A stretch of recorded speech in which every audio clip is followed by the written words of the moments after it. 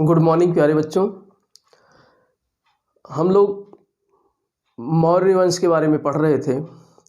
मौर्य वंश में हम लोगों ने अब तक जो पढ़ा है उसमें पढ़ा किस तरीके से चाणक्य की सहायता से धनानंद को गद्दी से उतार कर और उसके पूरे परिवार को मारकर चंद्रगुप्त मौर्य ने मौर्य वंश की स्थापना की। और उसके बाद में बिंदुसार का शासन आया। फिर उसके बाद में उसके बिंदुसार के पुत्र अशोक का शासन आया।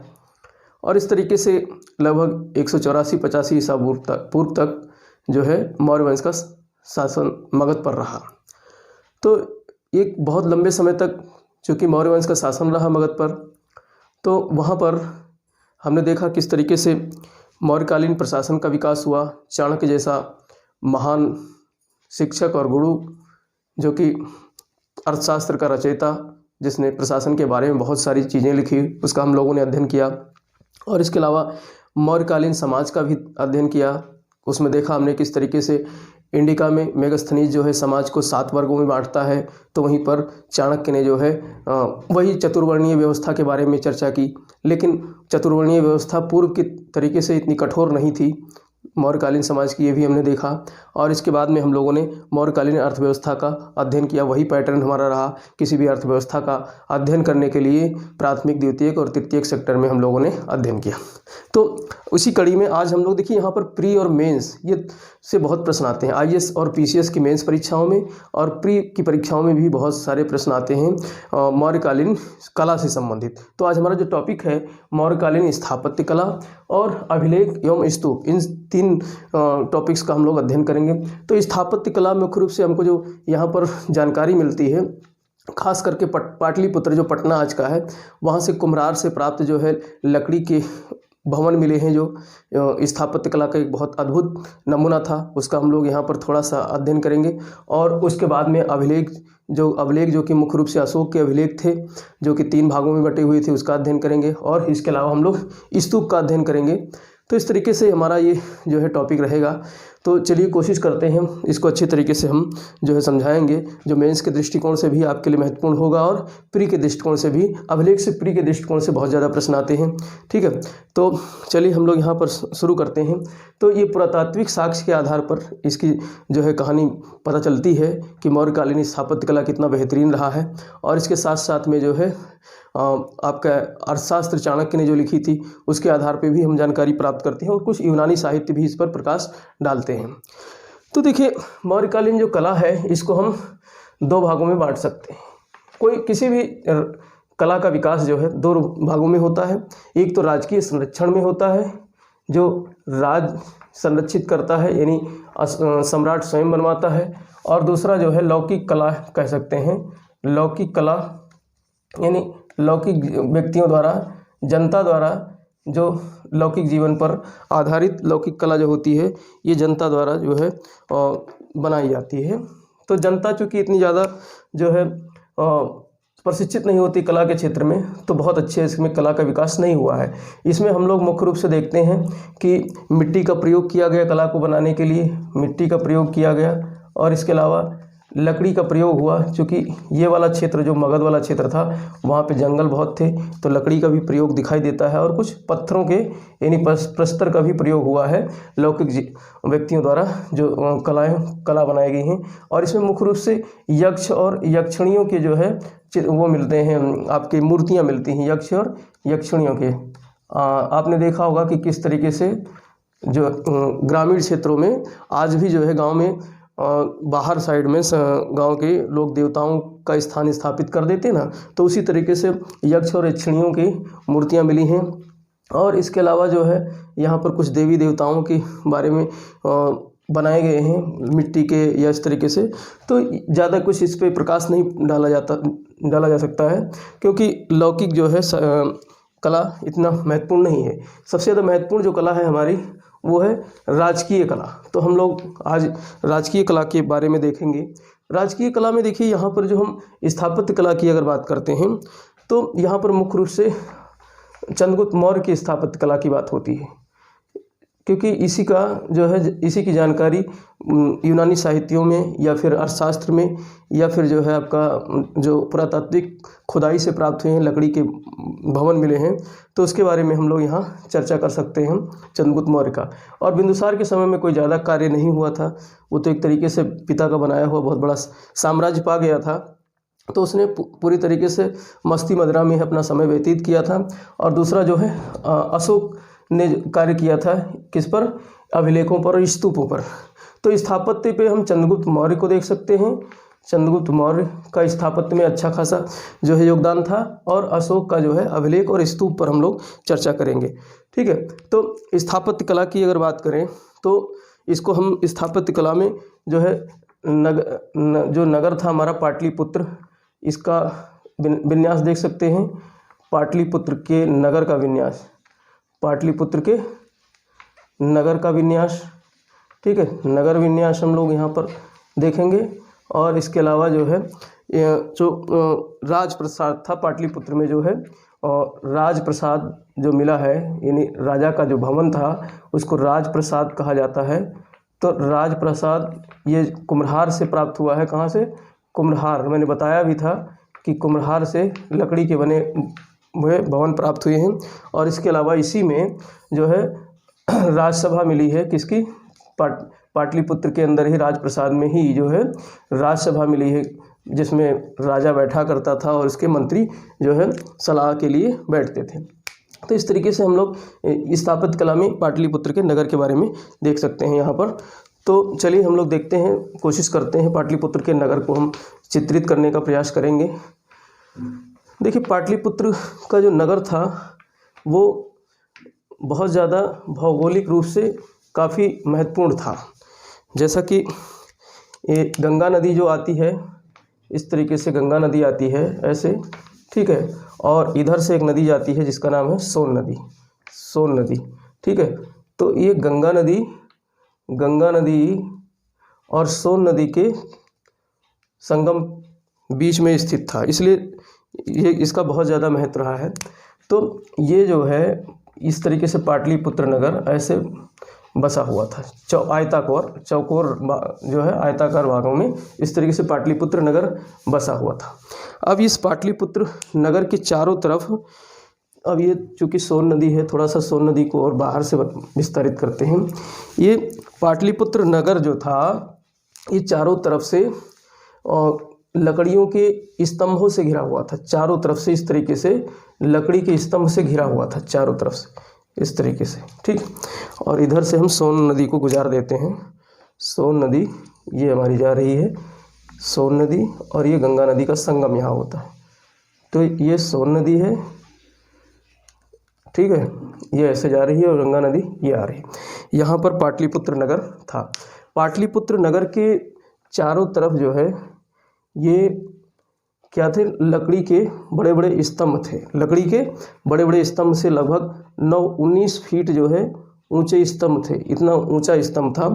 और इस स्तंभों में इन्होंने क्या बनाया था कि झरोखे बनाए थे ऊपर, और इन झरोखों में तीर कमान ले करके जो है इनके सिपाही बैठे रहते थे। जैसे यहाँ पर कि बाहर से कोई आए अगर तो उसको वहीं से निशाना लगाकर मार दिया जाए अगर कोई आक्रमणकारी आता है, इस तरीके से। और इसके चारों तरफ जो है खाई थी। नगर के जैसे नगर है और ये परकोटा है, इसको परकोटा कहा गया है। जो इसकी बाउंड्री थी, जो लकड़ियों का बना हुआ, जो इसका बाउंड्री लकड़ियों की जो बनाई गई थी उसको क्या कहा गया है? परकोटा। तो इसको हम परकोटा लिख देते हैं, ठीक है। तो इस परकोटे और नगर की दीवार जो थी ये, इसके बीच में लगभग 44 फीट चौड़ी खाई बनाई गई थी, 44 फीट चौड़ी खाई बनाई गई थी। और इसमें जल भर दिया गया था, जिसकी गहराई लगभग 600 फीट लिखा हुआ है। इसकी गहराई कितनी थी? 600 फीट। तो इतनी गहरी खाई और 44 फीट चौड़ी जो है खाई, इसको पार करके किसी दुश्मन को इस नगर में जाना बहुत टेढ़ी खीर थी। और इसके पहले जो है आपको जूझना पड़ेगा इनके जो है तीर कमान लेकर के बैठे हुए सिपाहियों से। तो इस तरीके से बहुत सुरक्षित थे। उधर गंगा ने और इधर सोन ने जो है इसको सुरक्षा प्रदान की थी। इसीलिए मगध जो है काफ़ी समय तक जो है अपना शासन चलाता रहा है, और पूरे जितने महाजनपद थे सबको लीलता चला गया, सबको निगलता चला गया। इसका कारण यही था। और देखिए, पाटलिपुत्र की हमने बताया जो है इसकी स्थापना किसने की थी? तो उदयन ने की थी। हर्यंग वंश का शासक कौन था? उदयन। बाद में लेकिन इसको ज़्यादा जो है स्थापत्य कला के रूप में और लकड़ियों के महल के रूप में इसने किसने जो है चंद्रगुप्त मौर्य ने इसका जो है वो किया था, विस्तार किया था। तो इसने इस तरीके से खाई खुदवाई थी और यहीं पर जो है यहाँ पर क्या था कि इसी के अंदर एक इसका राजप्रसाद था। इसी के अंदर क्या था, इसका राजप्रसाद था। ये मान लेते हैं क्या है, राजप्रसाद। और ये कहाँ आज जो कुम्हरार से प्राप्त हुआ, कहाँ से पला है, कुम्हरार से। राजप्रसाद जो है कुम्हरार से प्राप्त हुआ है। और ये चारों तरफ से किससे घिरा था, उपवन से घिरा हुआ था। ये चारों तरफ से उपवन से, इस तरीके से बगीचा था, चारों तरफ से उपवन था, ठीक है। तो ये उपवन से घिरा हुआ था, चारों तरफ से उपवन से, ये चारों तरफ से उपवन से घिरा हुआ था। अब इस राजप्रसाद में ये पूरा पिलर से बना हुआ था। सबसे बड़ी जो अद्भुत संरचना है ये लकड़ियों के पिलर पे बनाया गया था। और इसमें कई जो है छोटे बड़े कई कमरे थे, लेकिन मुख्य रूप से इसके 3 जो है कमरे दिखाई देते हैं। तो इसमें जो पहला कमरा था, पहला कक्ष था, वो यहाँ पर जो है गज और अश्व को जो है रखा जाता था। गज और अश्वशाला कह सकते हो इसको। तो गज और अश्वशाला था। और दूसरा वाला जो ये वाला था, सेकंड वाला कुम्हरार का जो राजप्रसाद मिला है उसमें क्या था, इसमें जो है इसकी राजसभा थी। चंद्रगुप्त मौर्य की क्या थी, राजसभा। यहाँ पर जो है स्वयं राजा बैठता था चंद्रगुप्त, और इसके मंत्री इस तरीके से बैठते थे। तो ये इंद्रासन वाला भाग था। यहाँ पर इंद्रासन अर्थात स्वयं यहाँ पर चंद्रगुप्त मौर्य बैठा करता था अपने सभापतियों, अपने जो सभा के जो मंत्रीगण थे उनसे सलाह लेने के लिए। तो इस तरह ये कुछ जो है झलक दिखाई देती है बाद में हमको मुग़ल पीरियड में भी इस तरीके से। और इसके बाद में इसी के बगल में जो तीसरा इसका बड़ा सा कक्ष था, ये क्या था, इसका शयन कक्ष था या रनिवास कह सकते हो, जहाँ पर अपनी रानियों के साथ में ये राजा निवास करता था। और यहाँ पर जो है हमेशा जो गुप्तचर थे वो सूचना देने के लिए, आने जाने के लिए बिल्कुल जो है स्वतंत्र थे कभी भी। तो इस तरीके से ये पूरा क्या था, कुम्हरार, जो कि लकड़ियों के पिलर पे बना हुआ था। बहुत अद्भुत संरचना थी और चारों तरफ उपवन से घिरा हुआ था। बुलंदी बाग कह सकते हो, ये बुलंदी बाग आज का यहीं से मिला है। तो ये बुलंदी बाग, कुम्हरार, ये सब कहाँ से प्राप्त हुए हैं, ये सब मिले हैं हमको पाटलिपुत्र नगर से, ठीक है। ये पूरा पाटलिपुत्र नगर हो गया। और ये किससे घिरा हुआ है, जो है परकोटे से। और परकोटा जो है क्या है, लकड़ियों के खम्भों पे टिका हुआ पूरा दीवाल है। और ये लगभग 19 फीट ऊंचे दीवाल थे, जो कि 19 फीट ऊंचे। और जो लकड़ी के पिलर थे वो 1-1 फीट चौड़े जो है, इसकी मोटाई थी 1-1 फीट की। और ये जो पाटलिपुत्र नगर था, इसको अब ये चूँकि यहाँ पर राजा रहता था, जो राजप्रसाद था, ये कुम्हरार में प्राप्त हुआ है, जो लकड़ियों का भवन था। पीटी में प्रश्न आएगा कि कुम्हरार में मतलब लकड़ियों के जो महल प्राप्त हुए कहाँ से प्राप्त हुए, तो पाटलिपुत्र के कुम्हरार से। तो इस तरीके से इसका ये क्या था, पूरा राजप्रसाद था या इसका भवन था, जो कि चारों तरफ उपवन से घिरा हुआ था, जो बुलंदी बाग कह सकते हैं हम इसको। तो इस तरीके से ये पूरी इसकी संरचना थी। अब लेकिन जब यहाँ पर फाहियान भारत आया, चीन का यात्री फाहियान आता है, तो जब वो कुम्हरार जाता है, देखता है राजप्रसाद को, तो देख करके बहुत अद्भुत जो है संरचना बताता है। कहता है इसको तो इंसान बना ही नहीं सकते हैं, इसको बनाने के लिए देवताओं ने जो है इसको अपना परिश्रम किया है। अर्थात वो कहता है ये देव निर्मित संरचना है, इंसान निर्मित संरचना नहीं। इतनी ज़बरदस्त इसकी संरचना थी, ठीक है। तो इस तरीके से ये हमने यहाँ पर जो है अध्ययन किया स्थापत्य कला मौर्यकालीन, यही यहाँ पर दिखाई देती है, ठीक है। अब हम लोग बात करेंगे, मेन हमारा मुद्दा है अभिलेख। अरे भैया रुको, रुकावट के लिए खेद है भैया। वीडियो देखा तो बढ़िया लागत हो तो का लाइक मार दो, एक लाइक तो जरूर बनत है। और अगर बहुत अच्छा हुए तो अपने दोस्तन के यहाँ भी शेयर करो, जिससे उनका भी नॉलेज मिले। और अगर चैनल सब्सक्राइब ना किए हो तो अभी चैनल वो भी सब्सक्राइब कर लो, और कमेंट भी छोड़ दो बीच में यहाँ। और डिस्क्रिप्शन बॉक्स तो आप लोग पढ़ते नहीं हो, डिस्क्रिप्शन बॉक्स में बहुत सारे नॉलेज हैं, जितना कंटेंट है सब वही मिल जाएगा। जो भी हम इसमें पढ़ा रहे हैं उसका पूरा कंटेंट वही मिल जाएगा। तो डिस्क्रिप्शन बॉक्स जरूर चेक किया करो। चलो आगे। तो देखिए, अभिलेखों को हम 3 भागों में बांट सकते हैं। 3 भागों में अभिलेख बांटे जाते हैं। अभिलेख है क्या वास्तव में?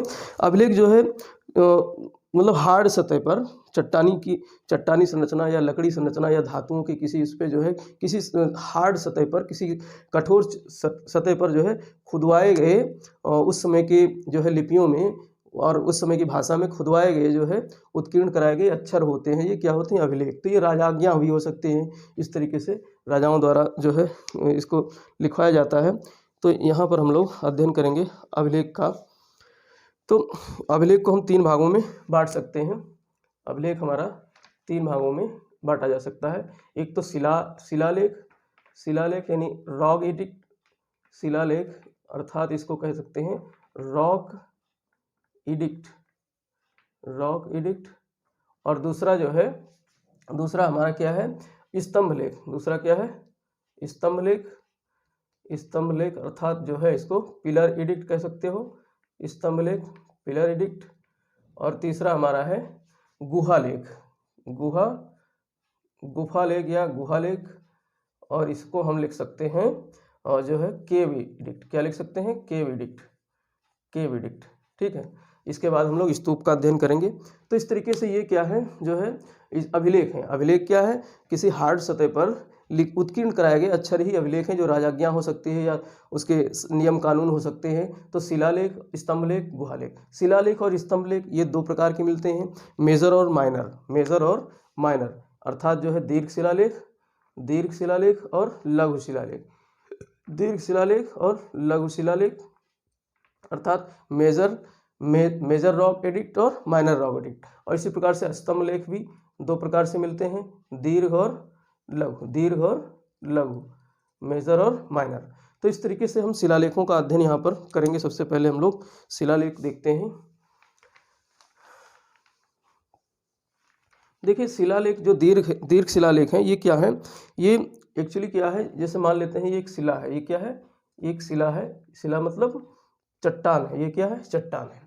अब इस चट्टान पे अशोक ने क्या किया था कि अपनी राजाज्ञाओं को लिखवाया था। क्या लिखवाया था, अपनी राज आदेश को लिखाया था। इन चट्टानों पर क्या लिखा था, राजा आदेश या राज आदेश कह सकते हो। तो इस पर राज आदेश लिखाया गया था। और इसने ये जो इसके विशाल या दीर्घ शिलालेख जो मिले हैं, इस पे 14 समूहों का जो है वो था, शिलालेख था। तो इस तरीके से मान लेते हैं ये पहला समूह हो गया, ये दूसरा समूह हो गया, तीसरा, ऐसे करके ये 14 समूहों का जो है एक शिलालेख होते हैं, जिसपे 14 लाइन में या 14 जो है इसके समूह थे जो है, और ये शिलालेख लिखे गए थे। एक शिलालेख पे जो है अधिकतम कितने मिले हैं, 14 लेख मिले हैं। और उस 14 लेख में ये 14 लेख जो है लिखे हुए शिलालेख हमको भारत के और भारत से बाहर जो है 8 स्थलों से प्राप्त होते हैं, जिसमें 2 जो है आपके पाकिस्तान से प्राप्त होते हैं और 6 स्थान जो है भारत से प्राप्त होते हैं। तो इसको हम लोग भारत के मानचित्र पे देखते हैं। देखिए ये है हमारा भारत का मानचित्र।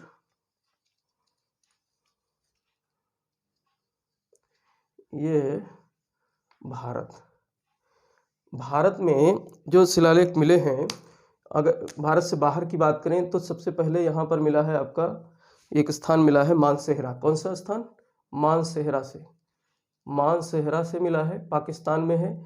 और इसी के बगल में है आपका जो है शहबाजगढ़ी। क्या है, शहबाजगढ़ी। देखिए तो ये जो 2 मिले हैं, ये कहाँ से मिले हैं, भारत के बाहर पाकिस्तान से मिले हैं। और ये दोनों जो लिखे गए हैं, अब चूंकि ये अभी सारे जितने भी अभिलेख हैं ये सब किस भाषा में लिखे गए हैं, प्राकृत भाषा में। तो प्री में प्रश्न आता है कि अशोक के अभिलेख किस भाषा में लिखे गए हैं, प्राकृत भाषा में।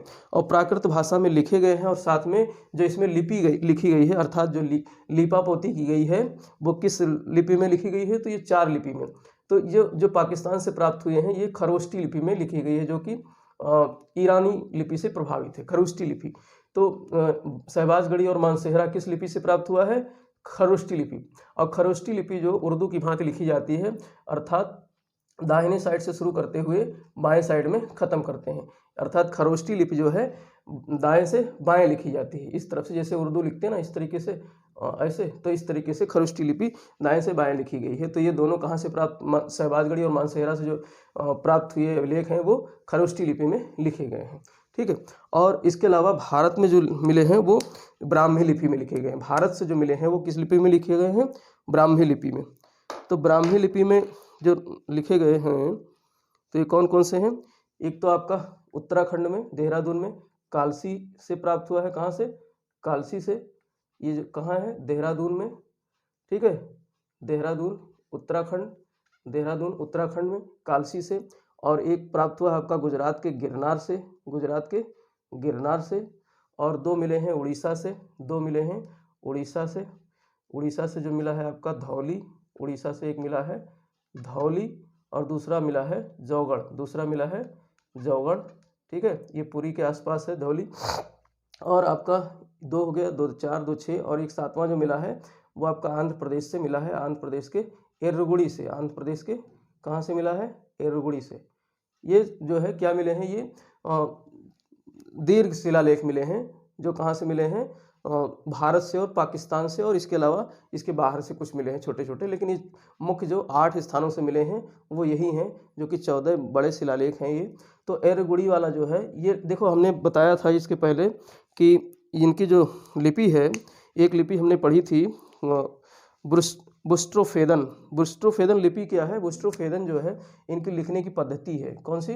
तो एर्रगुड़ी से बुस्ट्रोफेदन पद्धति में लिखा हुआ इसका लिपि मिलती है, बुस्ट्रोफेदन।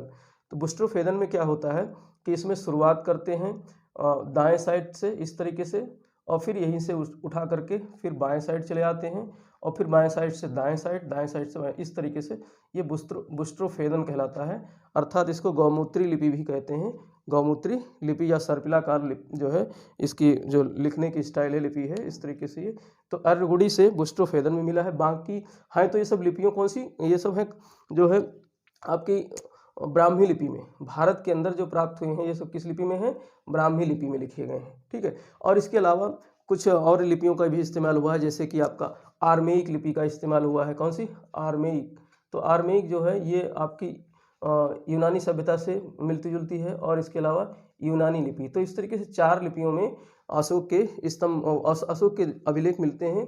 कौन कौन से हो गए? ब्राह्मी लिपि, और जो ये खरोष्टी, सहबाजगढ़ी और मानसेहरा खरोष्टी लिपि में ब्राह्मी लिपि, और भारत वाले क्षेत्रों में आर्मेइक, यूनानी। ये जो है आपका यूनान वाले क्षेत्र में भारत से बाहर मिले हैं आर्मेइक और यूनानी, और ब्राह्मी भारत में। तो इसमें हमने देखा सहबाजगढ़ी, मानसेहरा जो खरोष्टी लिपि में है, कालसी, गिरनार, एर्रगुड़ी, धौली और जौगढ़ ये आपके ब्राह्मी लिपि में है। लेकिन एर्रगुड़ी लिखी किस स्टाइल में गई है? बुस्ट्रोफेडन स्टाइल में लिखी गई है, गौमूत्री स्टाइल में लिखी गई है। तो यहाँ पे प्रश्न पूछता है प्री में। ठीक है, तो इस तरीके से ये अब देखो यहाँ पे सबसे पहले इसको लिपि को पढ़ने का जो प्रयास किया था जेम्स प्रिंसेप महोदय ने, सबसे पहले अशोक के इन लिपि जो शिलालेख हैं इन पे लिखी हुई लिपि है, इसको पढ़ने का प्रयास किया। सबसे पहले जेम्स प्रिंसेप ने पढ़ा। यहाँ से प्रश्न आता है प्री में। ठीक है, और अब हम लोग लघु शिलालेख के बारे में देखेंगे। लघु शिलालेख, तो लघु शिलालेख क्या है? एक्चुअली जो है ये अशोक के स्वयं के जो है इसमें उसकी जीवनियों के बारे में पता चलती है। लघु शिलालेख ये 14 इसमें 14 समूह नहीं हैं, 14 समूहों का ये लेख नहीं है। इसमें अशोक के जीवन की व्यक्तिगत बातें बताई गई हैं। लघु शिलालेख में अशोक के जीवन की व्यक्तिगत बातें पता चलती हैं, किसमें? लघु शिलालेख में। ठीक है, तो ये कई स्थानों से मिले हैं लघु शिलालेख, तो अशोक की व्यक्तिगत बातें मिली हैं इसमें। और इसमें जो बात मिली है कई स्थानों से, जैसे कि आपका मिला है मस्की से मिला है, एक कहाँ से मिला है? मस्की से मिला है। ठीक है, मस्की या मास्की जो कि कर्नाटक में है, कर्नाटक में मास्की से मिला है। और इसमें जो जानकारी मिली है हमको वो मिली है मुख्य रूप से मास्की से जो प्राप्त है। इसमें इसमें जो जानकारी मिली है, क्या लिखा हुआ मिला है इसमें? अशोक का नाम बुद्ध शाक्य मिलता है। क्या मिलता है? बुद्ध शाक्य मिलता है।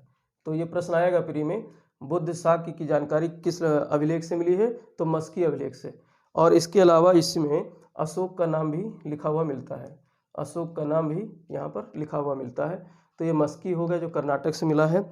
और इसी के अलावा कर्नाटक से और मिला है नेतुर और उडेगोलन, नेतुर और उडेगोलम, नेतुर और उडेगोलम। तो नेतुर और उडेगोलम से जो मिला है ये कर्नाटक में है, ये भी कर्नाटक से प्राप्त हुआ है। इसमें भी जो है अशोक के नाम का उल्लेख मिलता है, इसमें भी अशोक के नाम का उल्लेख मिलता है।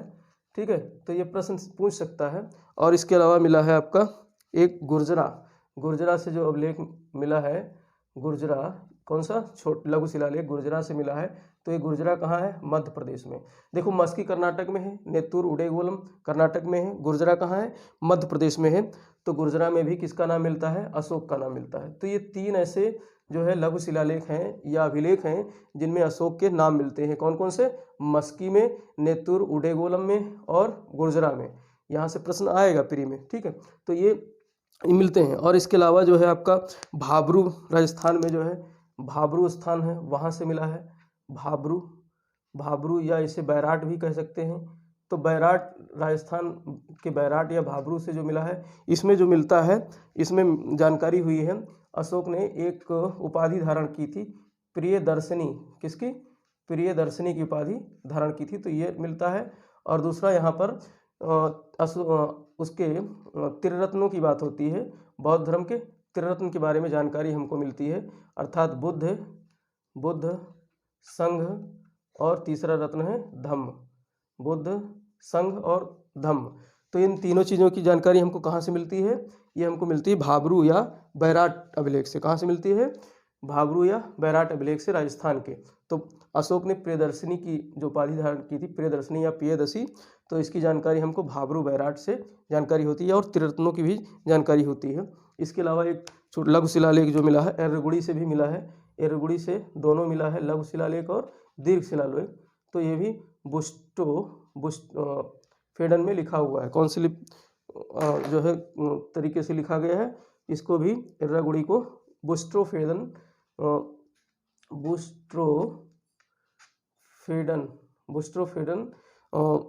तरीके से इसको लिखा गया है एर्रागुड़ी को। तो इस तरीके से ये अशोक के लघु शिलालेख हैं। और इसके अलावा प्रश्न कभी कभी आ जाता है दीर्घ शिलालेखों में, पूछ लेता है कि कौन से दीर्घ शिलालेख में क्या बात लिखी गई है, तो इसको भी थोड़ा जान लो आप जो है। तो दीर्घ शिलालेख 14 लेख लिखे हुए हैं दीर्घ शिलालेखों पे, लेकिन 14 को जानना जरूरी नहीं है, क्योंकि आपकी परीक्षा में जो प्रश्न आते हैं वो कुछ महत्वपूर्ण से आते हैं। जैसे आता है जो 14 दीर्घ लेख हैं, 14 दीर्घ शिलालेख हैं, उनमें से कुछ महत्वपूर्ण है, उनको आप लोग नोट कर लीजिए। जैसे पहला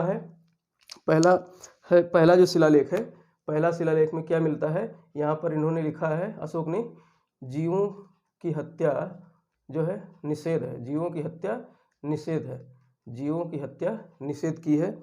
और इन्होंने कब से की थी? कलिंग के युद्ध से। तो पहले वाले में ये बात मिलती है। और इसके अलावा जो दूसरा शिलालेख मिलता है, दूसरा शिलालेख अर्थात जो ये मिले हैं शिलाओं के जो इस तरीके से प्रस्तर मिले हैं, इन पे पहले वाले में क्या लिखा हुआ है? जीवों की हत्या निषेध है। और दूसरे वाले में जो दूसरी लाइन है, अर्थात जो दूसरा शिलालेख है, उसमें क्या लिखा हुआ है? दूसरे वाले में इतना महत्वपूर्ण नहीं है खैर, लेकिन तीसरा वाला आप जान लो। वो प्रश्न जो है दूसरे से नहीं आता है, तीसरे से आता है। तो तीसरे वाले में लिखा मिलता है कि जो अमात्य हैं, अमात्य, चूँकि राज्य का संचालन सही ढंग से हो, तो अमात्य जो होते हैं इनको हर 5 वर्ष पे, प्रत्येक 5वें वर्ष पे राज्य का क्या करना है? दौरा करना है। हर 5वें वर्ष राज्य का दौरा करें और जाकर देखें राज्य में क्या धर्म का पालन हो रहा है, तो और प्रजा खुशहाल है कि नहीं। तो राज्य का दौरा, इसके बारे में जानकारी, ये प्रश्न आया हुआ है प्री में, IAS वगैरह की परीक्षा में और छोटी परीक्षाओं में, कि जो है किस अभिलेख में, दीर्घ शिलालेख के किस जो है लेख में अमात्यों के बारे में अशोक लिखता है कि 5वें वर्ष राज्य का दौरा करें? तो तीसरे वाले में। और एक महत्वपूर्ण जो है वो है आपका 13वां शिलालेख। ये बहुत महत्वपूर्ण है, 13वां शिलालेख जो है ये बहुत महत्वपूर्ण है, क्योंकि यहाँ से कलिंग विजय की बात मिलती है। कलिंग विजय, कलिंग युद्ध के बारे में जानकारी हमको कहाँ से मिलती है?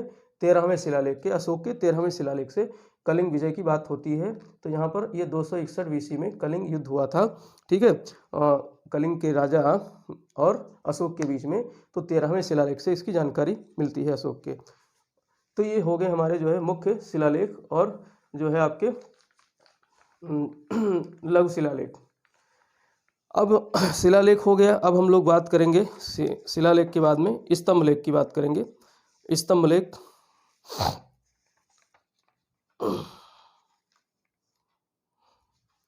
अब हमारा टॉपिक है स्तंभ लेख या पिलर एडिक्ट। स्तंभ लेख या फिर पिलर एडिक्ट, पिलर एडिक्ट, स्तंभ लेख, ठीक है।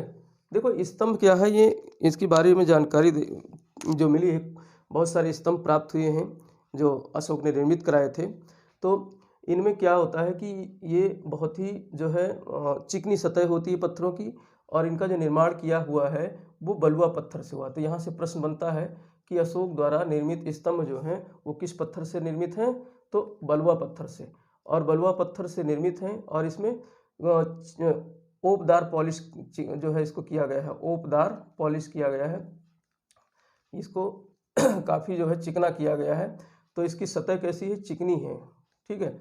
तो ये चिकनी सतह वाले स्तंभ हैं, और ये ओपदार पॉलिश से जो है और ये एक पत्थर को काट करके बनाया गया है। तो इसलिए ये एकास्मक जो है स्तंभ है। कैसे स्तंभ है, एकास्मक स्तंभ है, एक पत्थर को काट करके पिलर बनाया गया है।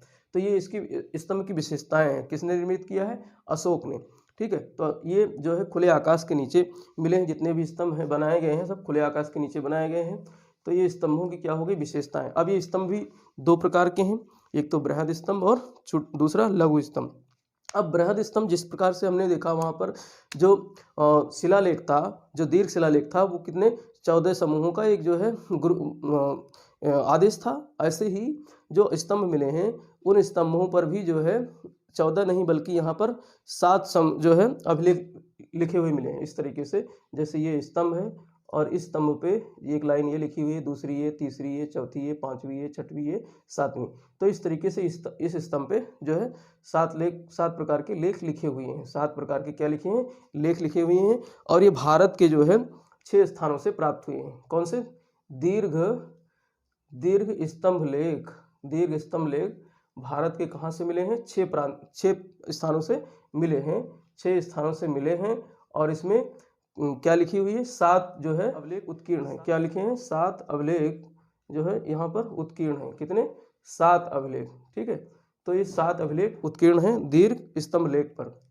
ये अशोक के शिलालेख है। अब इसमें जो 6 स्थान से प्राप्त हुए उनको देख लेते हैं मुख्य देखो। एक तो है आपका दिल्ली टोपरा। टोपरा ये हरियाणा का एक स्थान है, ठीक है। टोपरा कहाँ का है, हरियाणा का। पहले ये टोपरा में था, बाद में इसको तुगलक वंश का एक शासक फिरोज शाह तुगलक, कौन, फिरोज शाह तुगलक ने अपने शासनकाल में इसको टोपरा से उठा करके दिल्ली स्थानांतरित करा दिया, ठीक है। तो एक तो ये हो गया, और दूसरा है दिल्ली मेरठ। दूसरा क्या है, दिल्ली मेरठ। ये भी मेरठ में रखा हुआ था और मेरठ से उठवा करके दिल्ली में रखवा दिया किसने, फिरोज शाह तुगलक ने, ये भी। और तीसरा जो मिलता है वो मिलता है आपका प्रयाग और कौशाम्बी, अर्थात ये कौशाम्बी में था। प्रयाग कौशाम्बी स्तंभ लेख कह सकते हो। तो प्रयाग कौशाम्बी स्तंभ लेख जो है कहाँ रखा था, कौशाम्बी में रखा था, प्रयाग इलाहाबाद के पास में है। लेकिन इसको जो है जहांगीर उस समय हालांकि शासक नहीं था, ये अकबर के शासनकाल में राजकुमार था। तो जहांगीर ने इसको कौशाम्बी से उठा करके प्रयाग में जो इलाहाबाद का किला है उसमें स्थापित करवा दिया। कहाँ, इलाहाबाद के किले में आज भी रखा हुआ है। तो इलाहाबाद के किले में इसको रखवा दिया किसने, जहांगीर ने। उस समय राजा नहीं था, ये अकबर के शासनकाल में लेकर के कौशाम्बी पहुंचता है। तो ये तीसरा हो गया। और चौथे की बात करें तो चौथा है आपका लौरिया अरराज और लौरिया नंदनगढ़। पांचवा है लौरिया अरराज और पांचवा है लौरिया नंदनगढ़। लौरिया नंदनगढ़, ठीक है। तो ये जो है, और इसके अलावा छठवां भी जो है ये बिहार से मिले हैं तीनों जो है। छठवां कौन सा, रामपुरवा। छठवां कौन सा है, रामपुरवा स्तंभ लेख, ठीक है, रामपुरवा स्तंभ लेख। तो ये तीनों जो है कहाँ से मिले हैं, बिहार से मिले हैं, ठीक है। बिहार से मिले हैं ये तीनों हमको, बिहार में चंपारण क्षेत्र से मिले हैं, चंपारण क्षेत्र से, जहाँ पर चंपारण का जो है सत्याग्रह हुआ था, तो वहाँ से मिले हैं बिहार के चंपारण से। कौन, लौरिया अरराज, लौरिया नंदनगढ़ और रामपुरवा। तो इसमें देखो ये विशेषता जो है, और इसमें लौरिया नंदराज वाले में या लौरिया नंदनगढ़ वाले में, इसमें जो इसके शीर्ष है, अभी हम चर्चा करेंगे, जो शीर्ष है वो सिंह, इसके शीर्ष पे क्या बना हुआ है, सिंह का जो है लायन का चित्र बना हुआ है, लायन का जो है लायन की मूर्ति बनी हुई है। और रामपुरवा वाले पे वृषभ की मूर्ति बनी हुई है, किसकी, वृषभ यानी सांड की मूर्ति बनी हुई है, बैल की मूर्ति कह सकते हो, सांड बैल की मूर्ति कह सकते हो, वृषभ की मूर्ति बनी हुई है रामपुरवा वाले पे। इसके शीर्ष पे जो स्तंभ है उसके शीर्ष पे, अभी स्तंभ की हम बात करेंगे कौन कौन से जो है स्तंभ के कितने भाग होते हैं। और ये नंदनगढ़ में जो है सिंह की जो है वो मिली हुई, ये प्रश्न आता है इसलिए मैंने इसको बता दिया।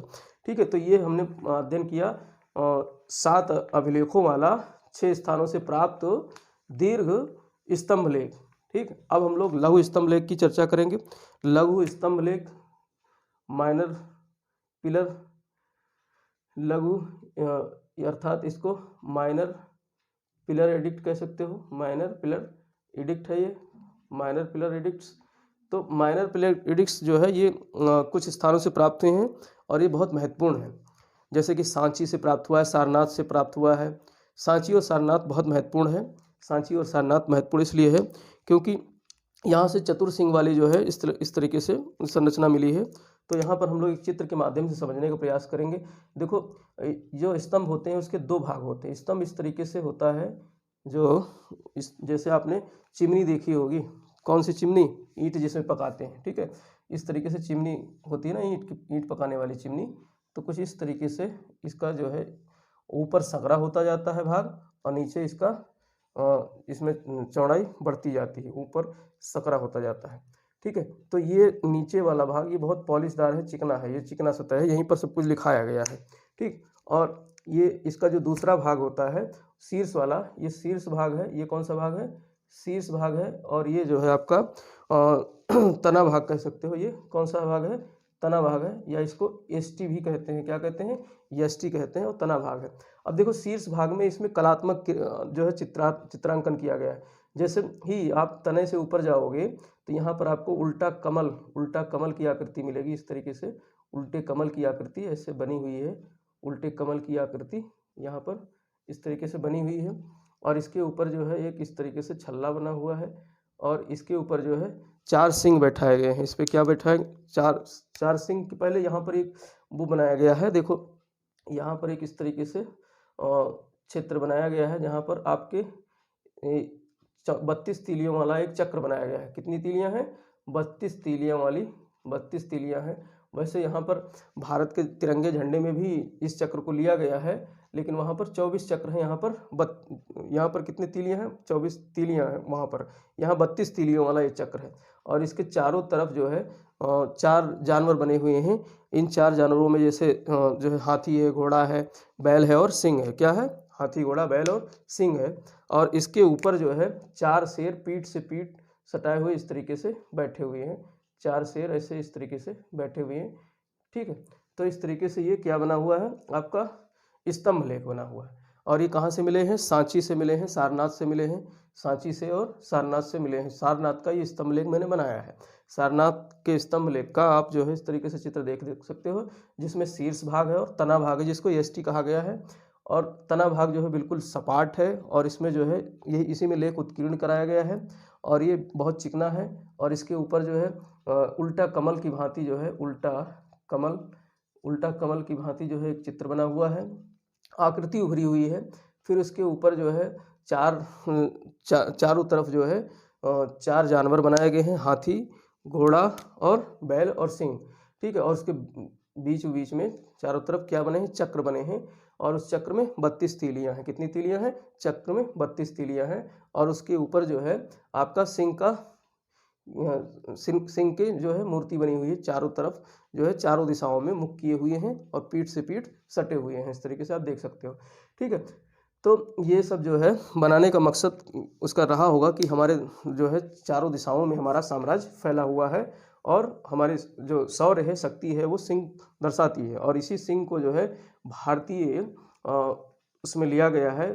स्तंभ जो अशोक का स्तंभ है और चक्र है, इसको जो है भारत ने अपनाया है अपने तिरंगे झंडे में, और राजकीय चिन्ह के रूप में अपनाया गया है। ठीक है, तो ये हमको कहाँ कहाँ से मिले हैं, इस प्रकार से जो स्तंभ है वो आपका सांची से मिला है। सांची कहाँ है, मध्य प्रदेश में। सांची कहाँ है, एमपी में। ठीक है, तो ये प्रश्न आएगा तो आप कर लेना। सांची से मिला है। और दूसरा सारनाथ से मिला है। कहाँ से मिला है, सारनाथ से मिला है। सारनाथ जो कि वाराणसी के पास है। और इसके अलावा रुम्मिन देई से मिला है। कहाँ से मिला है, रुम्मिन देई से मिला है। ये सब हम लघु स्तंभलेख की बात कर रहे हैं। रुम्मिनदेही अर्थात इसको लुम्बिनी स्तंभलेख भी कहते हैं, लुम्बिनी अभिलेख भी कहते हैं। ठीक है, तो ये कहाँ था? नेपाल के तराई क्षेत्र में, नेपाल के तराई क्षेत्र में। यहीं पर अशोक जाता है, अशोक यहाँ पर जाता है क्योंकि लुम्बिनी जो है जन्मस्थली थी महात्मा बुद्ध की। तो यहाँ पर जाता है और यहाँ पर जा करके क्या कहता है, जो वहाँ कर है लोगों में वो घटा करके 1/8 कर देता है, और इसी समय जा करके, और इस पर लिखा हुआ मिलता है रुम्मिनदेही वाले में। और इसके अलावा नेपाल से ही एक मिलता है निगाली सागर, निगाली सागर। तो इस तरीके से ये मुख्य जो है क्या है, स्तंभ लेख हैं। निगाली सागर भी हमको नेपाल से प्राप्त होता है। इसके अलावा बहुत है, लेकिन ये महत्वपूर्ण है जो आपकी परीक्षा की दृष्टि से काफ़ी महत्वपूर्ण है। सांची, सारनाथ, रुम्मिनदेही और निगाली सागर यहाँ पे प्री से प्रश्न बनते हैं। तो निगाली सागर कहाँ? नेपाल में। रुम्मिनदेही कहाँ है? नेपाल में। तो ये सब क्या है? लघु स्तंभ लेख हैं, जो कि इस तरीके से हमने चित्र से भी देखा। ठीक है, अब हम लोग बात करेंगे, अब हमारा स्तंभ लेख हो गया, अब गुहा लेख की थोड़ा सा चर्चा कर लेते हैं। उसके बाद में हम लोग स्तूप पे चलेंगे। देखो गुहा लेख क्या है? गुहा लेख यहाँ पर 2 राजाओं के मिलते हैं। गुहा लेख, या इसको क्या कह सकते हो, केव इडिक्ट, केव इडिक्ट, गुहा लेख। अब इसको जो है बिहार के लिए बनवाया गया था, बिहार के लिए। बिहार अर्थात यहाँ पर ऋषि मुनियों को ये रहने के लिए जो है दान में दिया गया, ऋषि मुनियों को रहने के लिए दान में दिया गया, तो इसको बिहार कहा गया। बिहार में जहाँ पर बौद्ध भिक्षु या किसी संप्रदाय के भिक्षु रहते हैं तो उसको बिहार कहा जाता है। तो ये गुहा लेख इसीलिए बनवाया गया। और गुहा लेख जो आपके बिहार के 2 पहाड़ियों में अशोक ने और उसके पौत्र दशरथ ने, बाद में जब दशरथ राजा था तो उसने भी जो है गुहा लेख बनवाया था। तो गुहा लेख बिहार के, एक तो आपका बराबरी की पहाड़ी है, कौन सी? बराबर की पहाड़ी है, और एक नागार्जुनी पहाड़ी है, नागार्जुनी पहाड़ी है, नागार्जुनी पहाड़ी। ठीक है, नागार्जुनी पहाड़ी और बराबर की पहाड़ियाँ हैं। तो इन पहाड़ियों में जो है अशोक ने और उसके पौत्र दशरथ ने पहाड़ियों को कटवा करके और उसमें गुफा का निर्माण करवाया था। और इसको निर्मित करके फिर जो है आजीवक संप्रदाय के मुनियों को दिया था। किसको दिया था? आजीवक संप्रदाय के। आपने देखा कि जो बिंदुसार था वो किस संप्रदाय का था? आजीवक संप्रदाय का था। तो आजीवक संप्रदाय के भिक्षुओं को रहने के लिए देते हैं गुहा लेख। तो यहाँ प्रश्न बनेगा पीटी में कि जो है जो गुफा है अशोक के और दशरथ के, उसको किसको दिया गया? आजीवक संप्रदाय को। और आजीवक संप्रदाय जो है इसकी स्थापना की थी मक्खाली गोशाल ने। किसने? मक्खाली या मक्खली गोशाल ने। तो मक्खली गोशाल ने आजीवक संप्रदाय की स्थापना की थी। ये हम लोग जो है देखते हैं। तो अब देखते हैं बराबरी पहाड़ियों में जो मिलता है, या बराबर की पहाड़ियों में यहाँ पर जो है आपके 4 गुफाओं का उल्लेख मिलता है। 4 गुफाओं का उल्लेख मिलता है। 4 गुफाएं पता चलती हैं। एक है सुदामा गुफा, एक है कौन सी? सुदामा गुफा। और दूसरी है आपकी जो है कर्ण चौपर गुफा। कौन सी? कर्ण चौपर गुफा। और तीसरी है आपकी जो है विश्व झोपड़ी गुफा। कौन सी? विश्व झोपड़ी गुफा, विश्व झोपड़ी गुफा। इन तीनों को निर्माण कराया था किसने? अशोक ने। इन तीनों को निर्माण कराया था अशोक ने, और निर्मित करा के फिर दे दिया था इसमें रहने के लिए आजीवक संप्रदाय के भिक्षुओं को। तो सुदामा गुफा, कर्ण चौपार गुफा, विश्व झोपड़ी गुफा अशोक ने निर्मित कराया था। और इसके अलावा एक गुफा और मिलती है लोमस ऋषि की गुफा। किसकी? लोमस ऋषि की। लोमस ऋषि की गुफा, लोमस ऋषि गुफा कह सकते हो।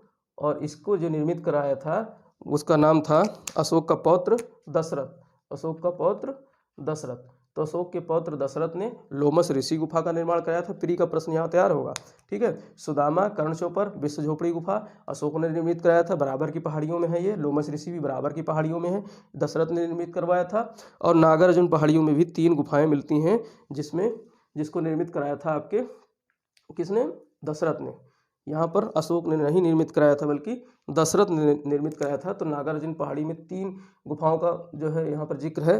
पहला है आपका गोपिका गुफा। कौन सा? गोपिका गुफा, गोपिका गुफा। और दूसरा है आपका वहीथिका गुफा, वहीथिका गुफा या गुहा। और तीसरा है आपका वडीथिका। कौन सी? वडीथिका गुफा, वडीथिका गुफा। ये तीनों याद रखना। ठीक है, तो ये तीनों गोपिका गुफा और वहीथिका गुफा और बड़ी थिका गुफा, ये तीनों गुफाओं का निर्माण किसने कराया था? दशरथ ने। किसने कराया था? दशरथ ने। तो दशरथ ने इन तीनों गुफाओं का निर्माण कराया और पहाड़ी में, और किसको दे दिया? आजीविक संप्रदाय को। अब देख लेते हैं हम लोग किस तरीके से इसका निर्माण हुआ है, एक चित्र के माध्यम से समझ सकते हैं। ये कहाँ पर है? बिहार के गया डिस्ट्रिक्ट में, गया डिस्ट्रिक्ट में बराबर पहाड़ी और नागार्जुनी पहाड़ी। देखो इस तरीके से मान लेते हैं ये पहाड़ी है, ये क्या है? इस तरीके से ये पहाड़ी है, ठीक है। ये क्या है? पहाड़ी। अब इस पहाड़ी को, इस पहाड़ी की चट्टान को इस तरीके से काटा गया, इस तरीके से ऐसे काटा गया। काट करके इसमें जो है अंदर केव बनाया गया, गुफा बनाया गया इस तरीके से। यहाँ पर जो है और इसमें एक तोरण द्वार बनाया गया, एक द्वार बनाया गया इस तरीके से, ठीक है। इस तरीके से एक दरवाज़ा बनाया गया, द्वार बनाया गया, और इसमें प्रवेश करने के लिए जो है और अंदर से जो है इसको केव का आकार दे दिया गया। तो कुछ इस तरीके से, और इसके अंदर लिखे हुए हैं, यहाँ भी कुछ उत्कीर्ण है इस तरीके से। इस गुफाओं के अंदर दीवारों पर और बाहर तो द्वार के ऊपर जो इसका प्रवेश द्वार है वहाँ भी कुछ लिखा हुआ है। तो ये गुहा लेक हो गया, और गुहा लेक हो गया, इसमें रहने के लिए विहार कहा गया, इसलिए इसको जो है आजीविक संप्रदाय को दान में दिया था। तो इस तरीके से हम लोगों ने देखा यहाँ पर जो है अभिलेख के तीनों अंग देख लिए हम लोगों ने। कौन कौन से? आपका जो है शिलालेख और स्तंभ लेख और जो है आपका गुहा लेख। अब हम लोग अध्ययन करेंगे जो हमारा मुख्य मुद्दा है, वो है आपका स्तूप। स्तूप के बारे में थोड़ा सा देख लेते हैं, बस टॉपिक को ख़त्म करते हैं। देखो स्तूप क्या होता है, ये बहुत महत्वपूर्ण है, यहाँ से मेंस में प्रश्न आता है।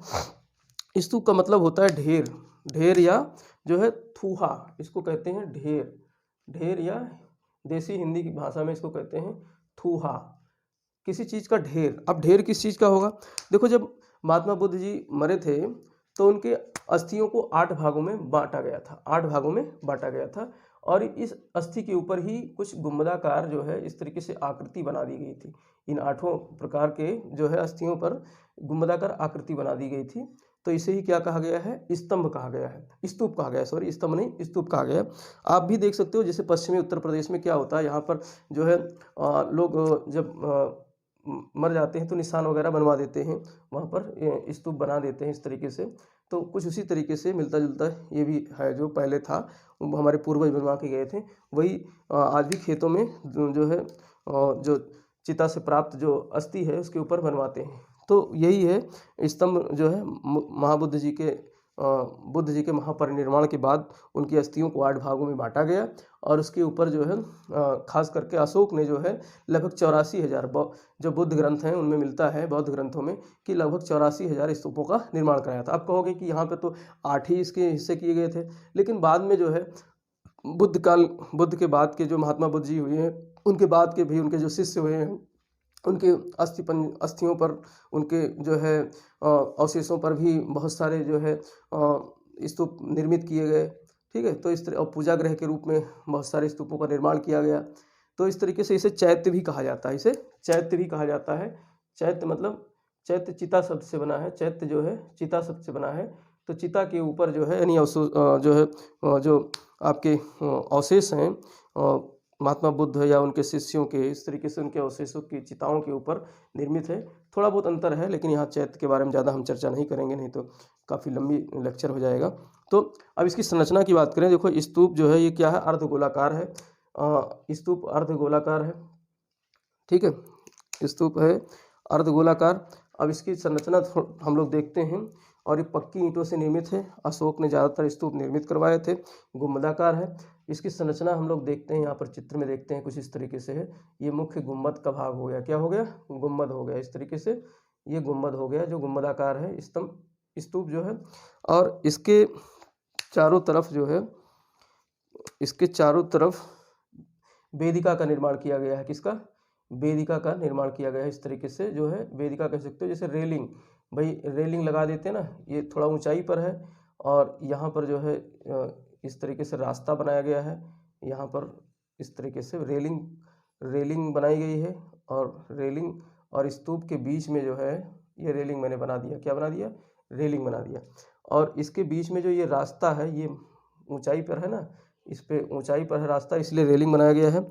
और इस पे लोग क्या करते हैं, ये जो है इसमें जो है स्तूप का जो क्या करते हैं, चक्कर लगाते हैं, इसलिए इसको कहते हैं दक्षिणा जो है मार्ग, पर दक्षिणा मार्ग कहते हैं।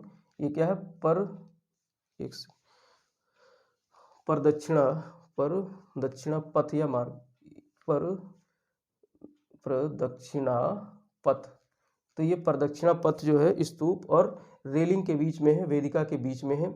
और इसके अलावा जो है इसके चारों तरफ जो है तोरण द्वार बना दिए गए हैं, तोरण द्वार इस तरीके से जो है द्वार बना दिया गया है, ये द्वार है, ठीक है। चारों तरफ एक यहाँ हो गया, एक इसके पीछे हो गया, एक इधर हो गया, एक इधर हो गया, ये तोरण द्वार हो गया।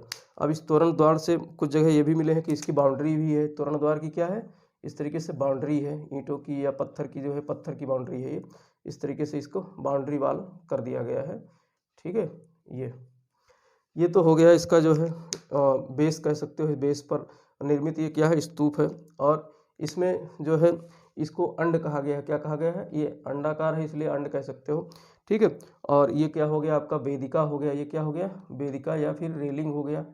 और ये वेदिका और अंड के बीच में जो है उसके आपके परिक्रमा मार्ग है, जिसको प्रदक्षिणा पथ भी कहा गया है।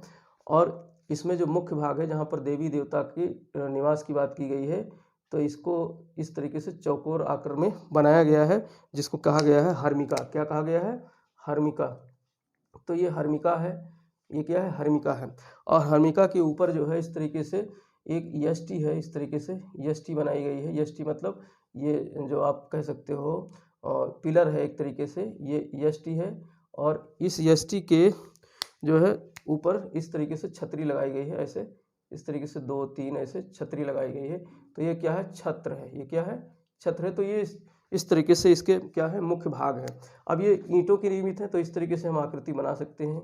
ये ईंट से निर्मित है, तो इस तरीके से हम बना सकते हैं। ये ईंट हो गया, इस तरीके से आप देख सकते हो, ऐसे बना हुआ है, ठीक है। ये ईंट से निर्मित है। तो ये क्या है आपका, सांची का स्तूप है। कहाँ का स्तूप है, सांची का स्तूप है। तो इसको हम सांची का स्तूप कह सकते हैं। ये सांची का स्तूप है, कहाँ से प्राप्त हुआ है, मध्य प्रदेश से। सांची का स्तूप जो महत्वपूर्ण स्तूप है, किसने बनवाया था, प्रश्न आएगा प्री में, सांची का स्तूप किसने बनवाया था, अशोक ने बनवाया था, ठीक है। तो इसमें ये क्या हो गया, प्रवेश द्वार हो गया।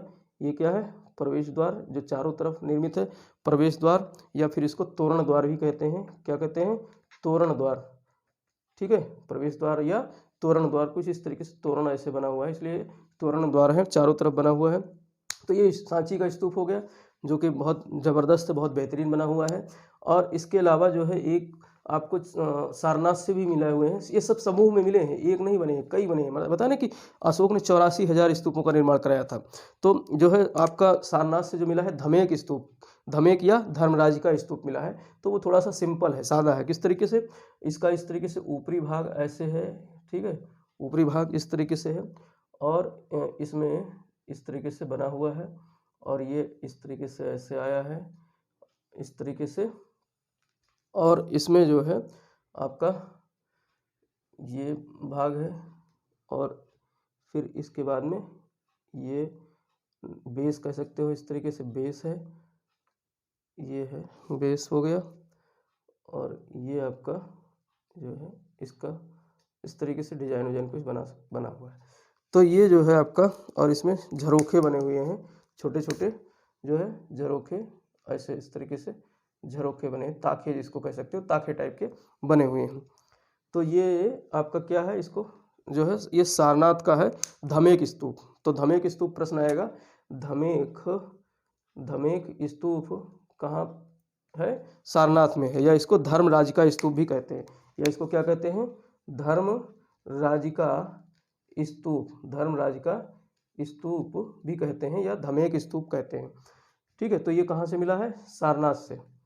अब इसी के पास जो है, सारनाथ के पास ही स्तंभ भी मिले हैं। ये सारनाथ में इसी के पास में स्तंभ भी मिले हैं, ये समूह में मिला हुआ है, आप चित्र में देख सकते हो, ये सब समूह में मिले हुए हैं। तो इस तरीके से ये हमने मौर्यकालीन स्थापत्य कला, अभिलेख और स्तूप के बारे में यहाँ पर चर्चा किया। अब यहाँ से बहुत सारे प्रश्न पीटी में आते हैं। कल मैं जो है पूरा जो है आपका प्रश्नोत्तर कराऊंगा। ठीक है, आपको तैयार करके आना है, जितना भी महाजनपद काल से लेकर के और मगध का पूरा उत्कर्ष और उसके बाद मौर्य काल का पूरा जो है समाज और अर्थव्यवस्था और उसके बाद में कला, इन सब चीज़ों से हम प्रश्न लेकर आएंगे। आप लोग तैयार करके आइए। और एक प्रश्न मैं देता हूँ मेंस के लिखने के लिए। देखो, आईएएस और पीसीएस की जीएस का जो प्रथम पेपर होता है, आप नोट कर लीजिए कि मौर्यकालीन स्थापत्य कला देव निर्मित है, समझाइए। मौर्यकालीन स्थापत्य कला मानव निर्मित ना होकर के बल्कि देव निर्मित है, इस वक्तव्य को समझाइए। तो यहाँ पर आपको जो है फाहियान के वक्तव्य को पूरी तरीके से समझाना है और चित्र बना करके इसे लिखना भी है। ठीक है, इसी के साथ हम लोग इस लेक्चर को यहीं ख़त्म करते हैं।